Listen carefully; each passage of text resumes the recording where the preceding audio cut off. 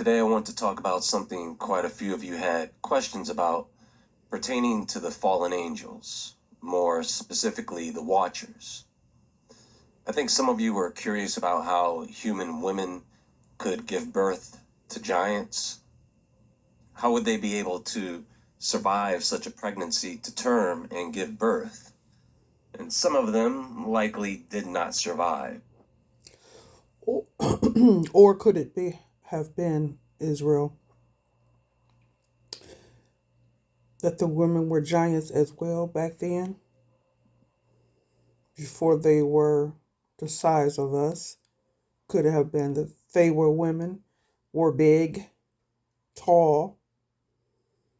So this is how I'm thinking that they were able to have those giants, those Nephilims, because they were big themselves. But not because their children were born giants, in the same way that human children are not born as toddlers or full grown adults, right? And I'll get into that shortly.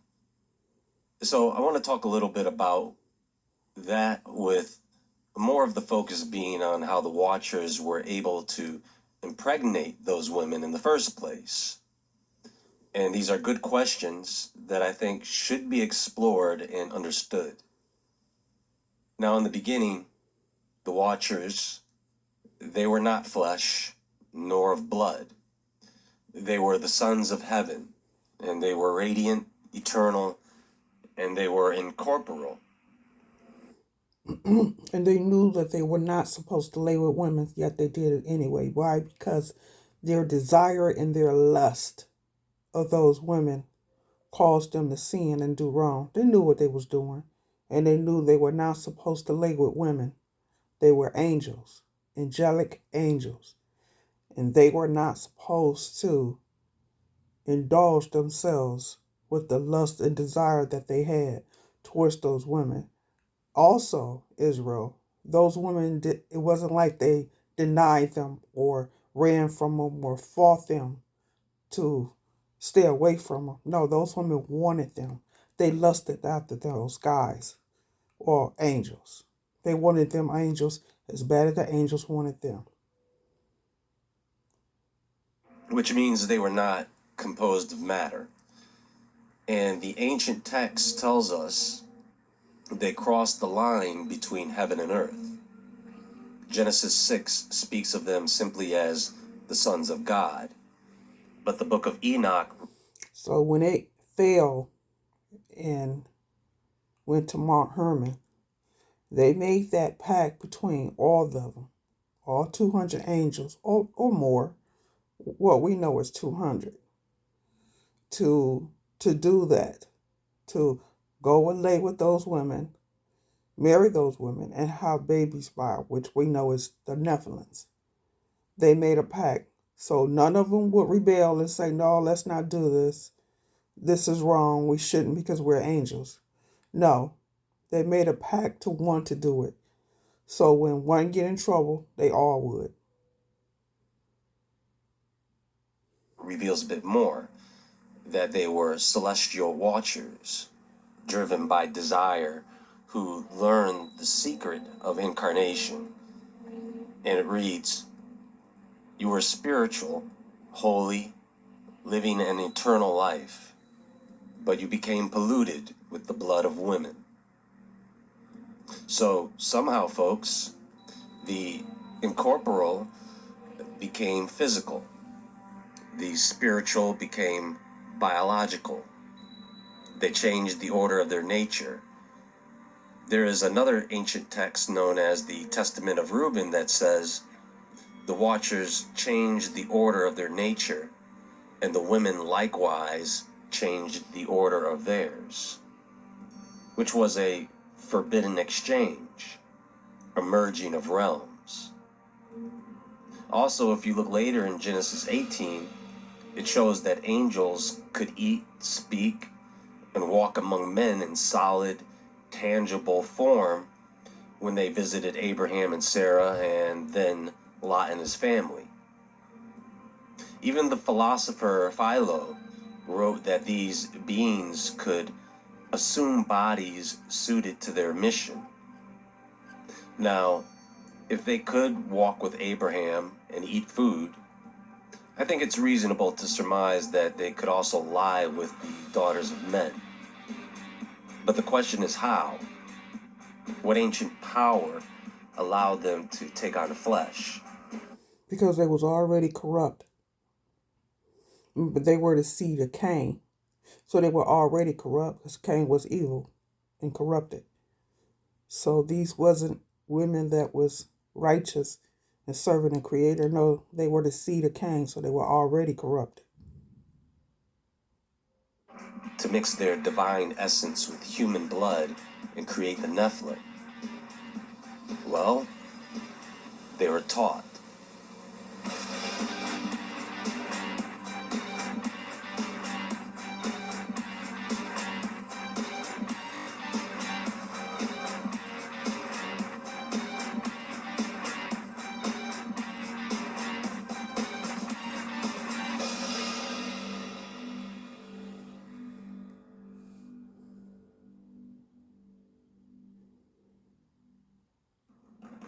In the ancient Enochian and intertestamental writings, that 400-year gap between the Old and New Testaments, there is this idea that there is not one Satan, but there are several.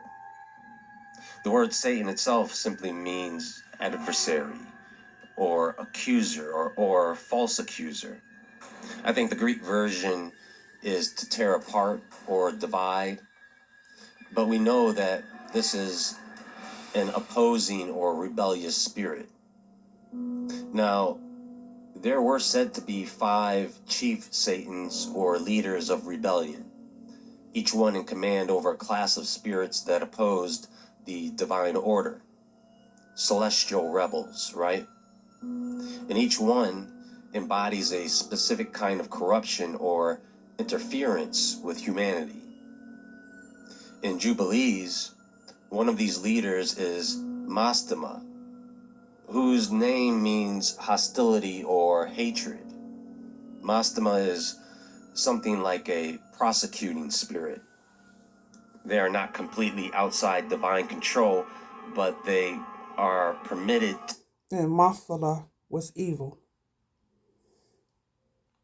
When he laid with a woman, with women, they lost their heavenly powers. Because remember, the Creator cursed them. So he was evil. And they became evil spirits. To test and tempt humanity. Then there is Azazel, who taught humans the art of war and ornamentation. Gadriel, who is blamed in some texts for deceiving Eve and introducing death into the world. Penemu, who taught writing and the bitterness and sweetness of wisdom. The word pen is in the name. And Kazdeja, who revealed the mysteries of spirits and demons that afflict mankind. Together, they form a kind of a council of rebellion. 5 Satans, each corrupting a different aspect of creation. Technically, the 5 Satans are Yequan, Asbiel, Gadriel, Penemu, and Kazdeja. Now, Yequan, or Jaquan, their role is interesting because he is called, this is the one who led astray all the children of the holy angels, and he brought them down onto the dry ground and led them astray through the daughters of men. And that is what distinguishes him from some of the others. Because unlike Azazel, who taught forbidden technologies, Yequan's corruption was spiritual. He would be the first to inspire the Watchers to transgress their celestial boundaries. Not so much by teaching them how to shapeshift, but being an enabler. His name is thought to derive from a root meaning to entice or to cause descent. So the idea is he led the watchers into lowering or bending the higher into the lower. In other words, Yaquan may not have been the one who taught the watchers how to forge weapons or paint their eyes, but rather the one who showed them how to embody, how to descend from the pure spirit into matter. The watchers, as heavenly beings, were described in Enochian literature as radiant and incorporeal, beings of fire and light.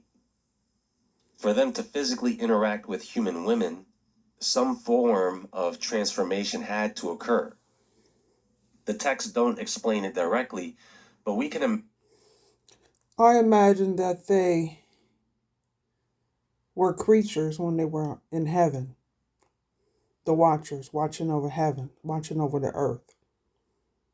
But when they fell from heaven and landed on Mount Hermon and made that pact with each other, then they turned themselves into men. But I believe that they still had their height because, like I said, on the earth was already corrupted and evil. Not saying that the women was not pretty. That was the desire that led them to fall. But they were evil already, and evil and corruption was already on the earth. Because Cain's descendants was on the earth causing mayhem. So they already had the height, but they turned themselves into men to be desired and lustful and lusting after those women. See, they had to be men because I don't think those women, as evil as they were, was going to lay with them if they seen them in their true form.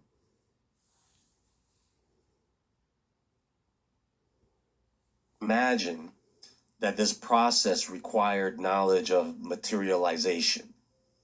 And for that to occur, there would probably need to be a condensation of spiritual essence into physical form. It would be the same as lowering one's vibrational state, tuning consciousness to the frequency of the material world. So Yaquan could have been the one who revealed the forbidden mechanism of incarnation, or how celestial beings could take on flesh, altering themselves to walk among humans. Other watchers And when the Creator had the angels like Michael, Raphael, Samuel to come down to the earth, not only did he punish the Nephilims and the fallen angels, but he punished the women too. Because they could have turned them down or refused them. But they wanted that and to be with them and to sleep with them and to be taught by them. So this is why the Creator turned them into sirens. Made sure that no one could ever lust after them again, since they lay with those angels. closer to his rank would have followed his lead, with each one using that knowledge for their own ends. Like Godriel used it to seduce and deceive others like Azazel to teach arts of power and vanity. Together they would commit what the text calls the great sin, or crossing the boundary between heaven and earth. When the book of Enoch says, you were spiritual. And once they crossed that boundary, they were never able to come back or go back up to heaven. Could never do it. They've been trying for the longest. Once the Creator bound them to the earth, that's their punishment until the day of judgment. And they know it. living an eternal life, but you became polluted with the blood of women, yeah, that would be a literal change in essence, where spirit becomes flesh, immortality becomes mortal, and light is mingled with dust, right? So when later Gnostic and Manichaean traditions talk about the five Satans, they are not always describing a group of fallen angels. They are describing an ancient cosmological event, which would be the moment when divine beings misused their creative powers. Yaquan is the one who opened the gate between realms, and through his influence, the spiritual laws that once kept heaven and earth. So DeQuell was able to open up portals, and not only open up portals, but have things going in and out of portals. This is why CERN created the Hydrogen Collider, to continue what DeQuell did. And it fails every time. Apart were broken. Then came the birth of the Nephilim, the giants who were the physical embodiments of that forbidden union, half spirit and half flesh, you see? So when you carefully read First Enoch, especially the Book of the Watchers, you find the sequence of events describing how the boundary between spirit and flesh was violated, not just through a sexual union alone, but through a process involving taught magic, ritual, and then descent. And all the others together with them took unto themselves wives, and they began to defile themselves with them. And they taught them charms and enchantments, and the cutting of roots, and made them acquainted with plants. And they became pregnant after all that, and they bare great giants. So first, the Watchers chose wives for themselves. Each chose one for himself. Then they transmitted forbidden knowledge. They taught them charms and enchantments, the cutting of roots, acquainted them with plants. Then, finally, came the outcome: hybrid conception as a result of the magic they used, and then they became pregnant and they bare great giants. Cause and effect.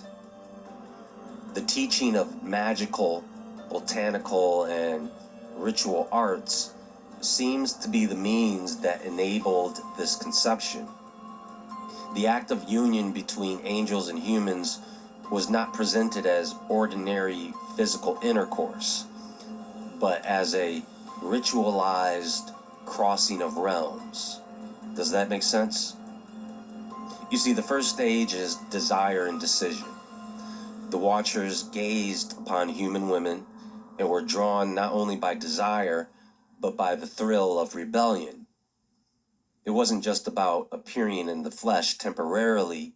They had to enter it, to inhabit matter.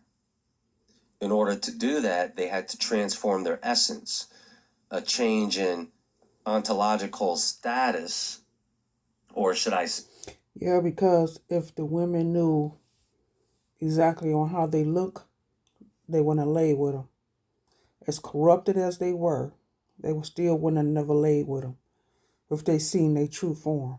So yeah, they had to turn into men or transform themselves into men in order to get with those women. Say the metaphysics of the nature of being, transitioning from beings of spirit to entities capable of mingling with human bodies. And that was a decision sealed by an oath on Mount Hermon, making the rebellion deliberate and binding. The second stage involves the transmission of boundary arts. So they taught enchantments, the cutting of roots, and the use of plants. And with that type of sorcery, they could gain control over life force and the interface between spirit and nature. That way, the women would then have access to powers beyond the natural order. And that energy could interact with spiritual essence, transforming the womb into a place where two dimensions could overlap and give rise to hybrid life. The third stage is the alteration of their being. Once the boundary arts were known, the spiritual beings could descend or condense into forms capable of physical union. We know that with the statement, they became pregnant and they bear great giants, shows that the union was biological. These beings were clothed in flesh, or their vibration was lowered to match the material frequency of the human world. If those women were already corrupted on the earth, then there was no need for them to transform and make the women to lust after them.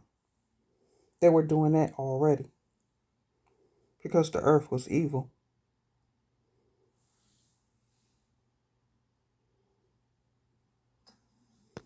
The spirit aligns with matter, then there is a fusion. Then comes the hybrid after effect. The offspring were giants, beings of dual essence. Their physical form carried divine potency, but their nature was corrupted by the violation of cosmic law. Later texts, such as the Book of Giants, describe them as of mixed nature. They were neither fully spirit or fully human. So afterwards, when they knew that what they did was wrong and they shouldn't have done it, and they were all huddled together, this is when they were reaching out to Enoch. And they wanted Enoch to go to the Creator on their behalf to talk to the Creator so they can come back to heaven. So Enoch knew their language, and Enoch was able to communicate with them and talk to them. But when Enoch in the dream went to the Creator denied them of their request. The request was denied. They were on the earth and they're going to remain on the earth. But it was fascinating to know that Enoch knew their language and was able to communicate with them.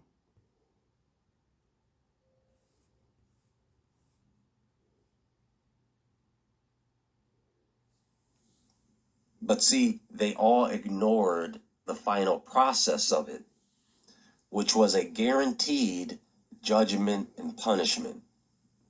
They knew ahead of time that there was no way around that, but they did what they did anyway. What they did was a cosmic crime. Now, the Nephilim, right? Just because they were giants doesn't mean they were born giants or were born giant babies, because they were still half human. But they inherited a vitality and life force far beyond ordinary humans, allowing them to grow rapidly, develop immense strength, and reach giant proportions. And I'm believing that that was their curse as well. Because of the women laying with those fallen angels and having the Nephilims, I believe that that was part of their curse. For these Nephilims to come out looking like hideous creatures, half human, half angel. What happens to the body when you don't cut off the growth hormone? For us, that gets cut short between the ages of 28 and 33 years old. After that, you start to age. But some interpretations suggest that the giants' biology was altered by the presence of celestial energy, giving them an accelerated metabolism enhanced bone structure, the ability to draw power from the natural or cosmic environment. So they would have nourishment from physical food and from spiritual or energetic forces. Symbolically, the Nephilim's giant size is a literal and metaphorical result of the union of heaven and earth, the embodiment of the chaos and power. Just like when humans hit a certain age and then they hit a growth spurt and hormones start to kick in, it would probably be the same for the children of the Watchers. So they wouldn't be born as giants. Instead, they would have entered the world at a relatively normal human size, only to grow to enormous size later. So the idea of some of these women dying giving birth probably wasn't because the baby was too big, but probably because the celestial force within the child may have created intense strain on the mother's body. Some women may have survived due to their strength, luck, even though I don't believe in luck, or maybe even divine intervention, while others could have succumbed. No, those women were already, they were already tall. Everybody, I'm sure, that was on that earth at that time were tall. So this is where they were able to have those babies that was big. And I don't think back then they knew anything about C-sections. So they gave birth, a natural birth, to those those Nephilims by the fallen angels. To the physical and metaphysical pressures of carrying a being that was both mortal and angel. In any case, each birth crossed the dangerous threshold between life and death. Anyway, folks, that's going to be all for now, and there is more to come. Please click the thumbs up button and like this video, and let me know what you think in the comments below. Everyone have a great day or evening, and until next time, stay awake, stay aware, stay safe, and I'll talk to you all soon.